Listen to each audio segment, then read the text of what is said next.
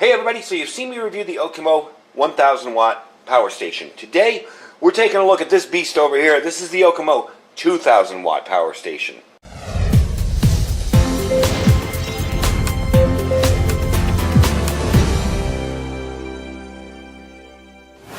Alright everybody, welcome back. So this is the OKMO 2000 watt station. We're going to put this thing through its paces today. I'm going to run a bunch of different stuff on it, see how well it performs.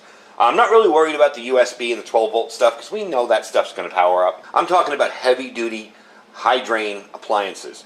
We're probably going to try a coffee maker on it. We're probably going to try the air conditioner on it. We're going to try out some things and see how well this thing holds up, as well as my freezer. Right off the bat, I want to let you guys know this is not a cheap item. Inexpensive, I should say. It's not an inexpensive item. I know I hate when I watch a video, and I'm used to watching them for budget gear, and they go on and on and on, and they're like, this is amazing, and it's only $2,000. And I'm like, I just wasted 10 minutes because there's no way I'm going to be able to buy that.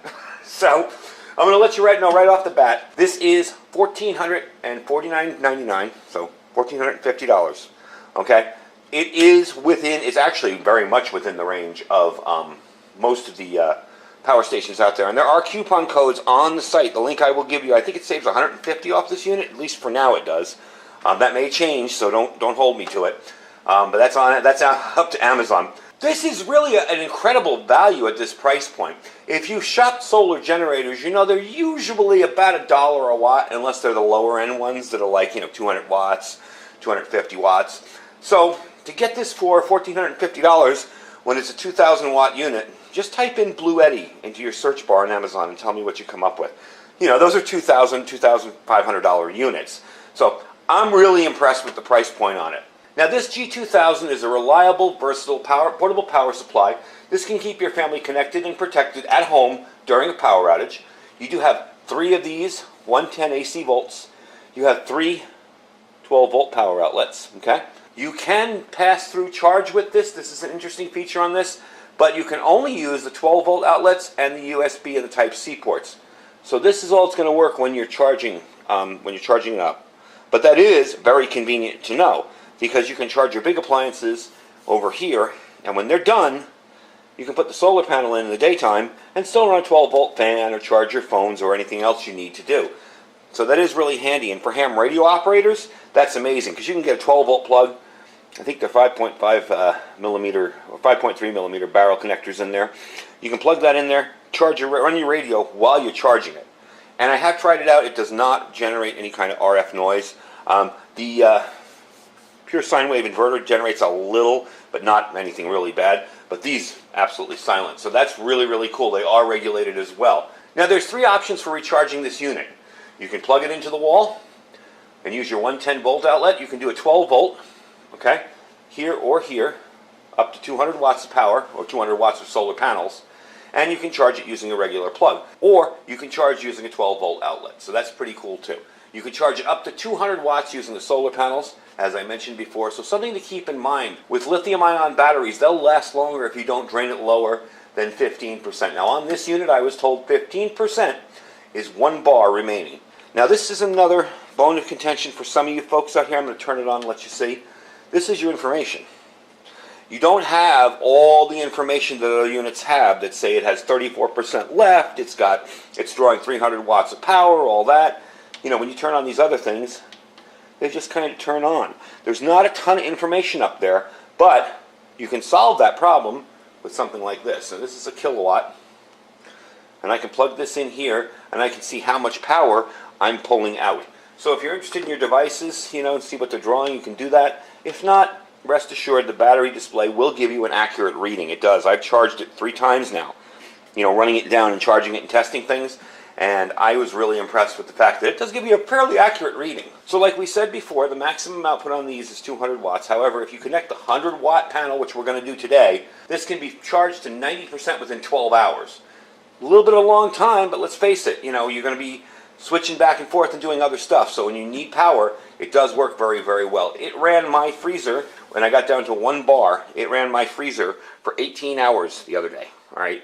So I'm not too concerned about it. My freezer could probably go 12 hours without power on it because it's got a lot of, cold in it, packaged up. So something like this is definitely a handy device.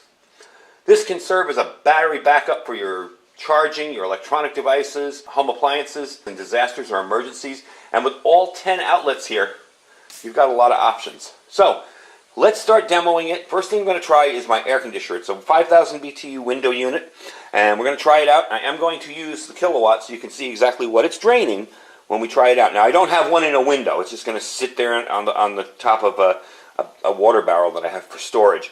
But it's still going to run. The compressor is going to turn on. It's going to show you how much power it draws. Then we're going to try out my mini fridge, my ice maker, and a few other things. And then we'll bring you back here. So let's go set up on the other side of the room and try it out. All right, so we're all set up over here. Everything's ready to go. I'm going to turn the unit on. And we're going to see what we're drawing. And I will zoom you in a little better on that light there. We were up to 100 and something. Let's zoom you in a little.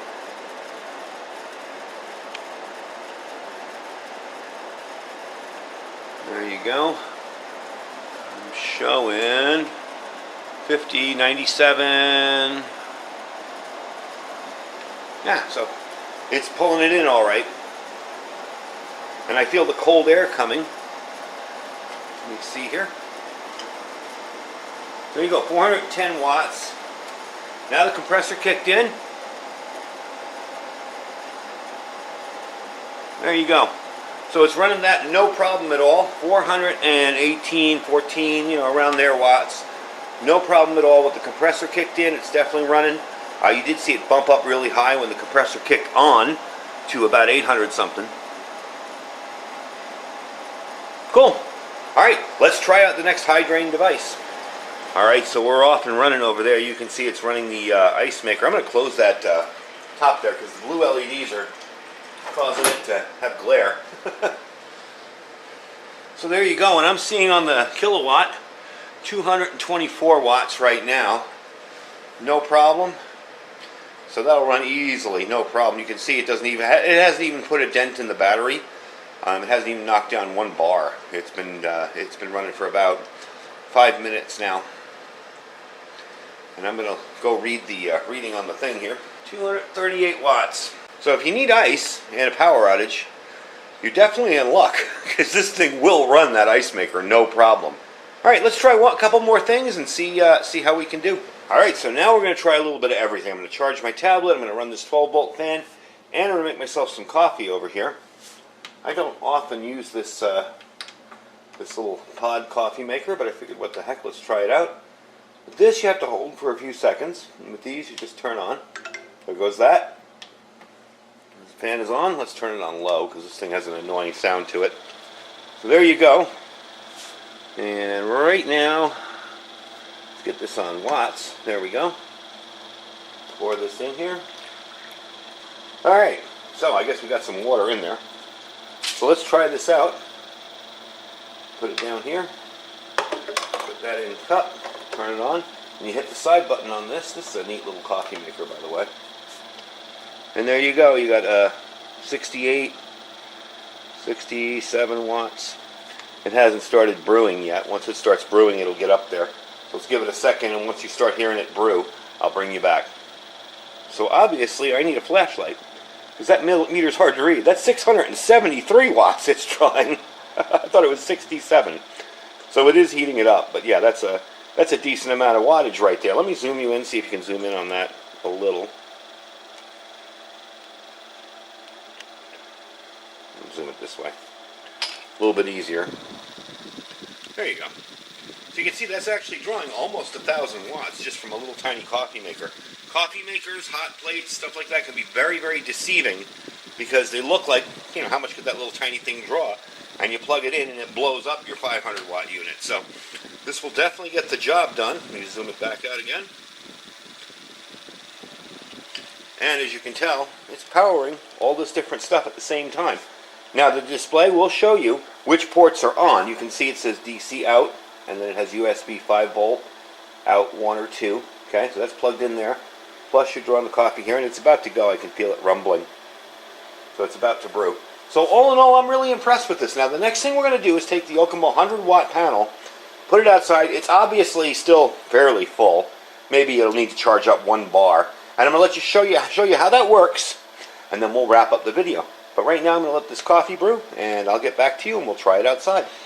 Alright, so this is the setup here, and one of the things I love about the OKMO solar panel is that the cable is long enough. So you're not like right underneath the solar panel and you can't get it away and get it into shade. You see I have the unit here in the shade and that in direct sunlight. So we're going to plug it in and try it out. I'm going to bring you over to the front here so you can actually see it operating. Alright, so you got your choice on this OKMO panel, by the way. You've got all your different connectors on the end. Of course, we're going to be using the Anderson power poles because they're just faster and they carry a bit more amperage. As you can see, we plug it in there and it'll sit for a sec and then it will start charging it. And you can see it's going up and down, up and down. And that's pretty much it. So if you're looking for a ton of diagnostic information on your screen, you're not going to get it with this, but for the price point and for the ability that you just saw it do, I mean, I really can't complain. This could easily run a freezer, a fridge, whatever, for a good amount of time, and definitely have no problem doing it. Or you can just buy this as a reliable backup around the house that can charge your devices, maybe run a 12-volt device. You guys that are RVers or campers, something like this is really, really awesome. And for ham radio, it has its applications as well with its 12-volt outputs. You can run all of your devices off of that, so that's pretty cool too. And I'm impressed with it. So let me let it charge up a little bit. We'll get it back up on the counter, and I'll give you my final thoughts on it and where you can pick one up. Alright, so you've seen all it can do. It'll get you a lot of power very, very quickly. One of the nice things about this is this can also be charged in your car. You want to make sure you're doing that with the engine running, so the alternator is charging this and not killing your battery. That takes about 18 hours on a full charge.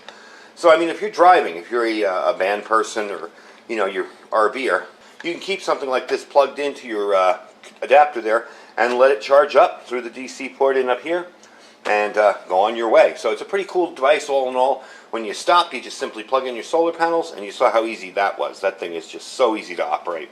One of the things I like about their solar panels is they really just fold open, unzip the case, put it down, and there you go. You're ready to go. So it is very, very reliably safe as well. I didn't mention all the battery management system protections that are in it. It's got overcharge protection, over current protection, over voltage protection, short circuit protection, over discharge protection, and a temperature control. As a matter of fact, interestingly enough, when the coffee finished brewing, when I was getting ready to move that out of the way and put it outside for the solar demo, it actually, the fans kicked on, and they kicked on for a few seconds and then they kicked off.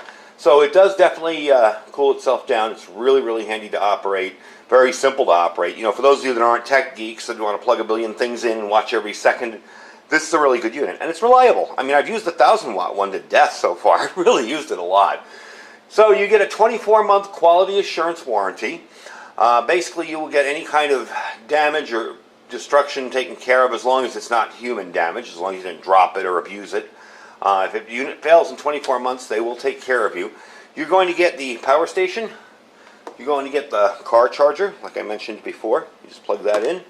And as you can tell, I've opened this one up already, but this is your wall wart monstrous 12-volt charger. And I will tell you one thing, this gets hot during charging. Don't put this on things that will melt. This obviously hasn't melted. I've charged this up a bunch of times. But it does get very, very warm. And there is a lot of power being pushed through there. So that's why you want to make sure you're putting this somewhere safe. I would get a little piece of tile or something to put it on while charging. It's just how it works. It's nothing wrong with it. It's not any kind of defect. So I will give you the links down below for, of course, this one here. That'll be the first link. Underneath that will be the 1000-watt unit. If you're interested in that one, it's a little bit cheaper. And underneath that will be the OS100 solar panels from them.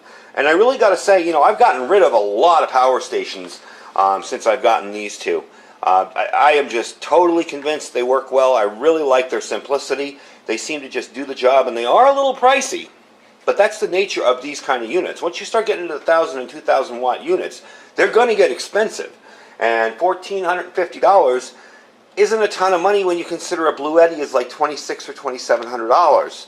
So definitely a cool little unit. I have tested them extensively, so I can tell you they work. They're not buggy. They're not weird. There's no little weird issues with them. They just seem to work and do their job. So I'm pleased with them. Anyway, folks, I thank you for watching. I will have all the links for all the OKMO stuff that I've showed you down below. As well as that will be our Amazon store.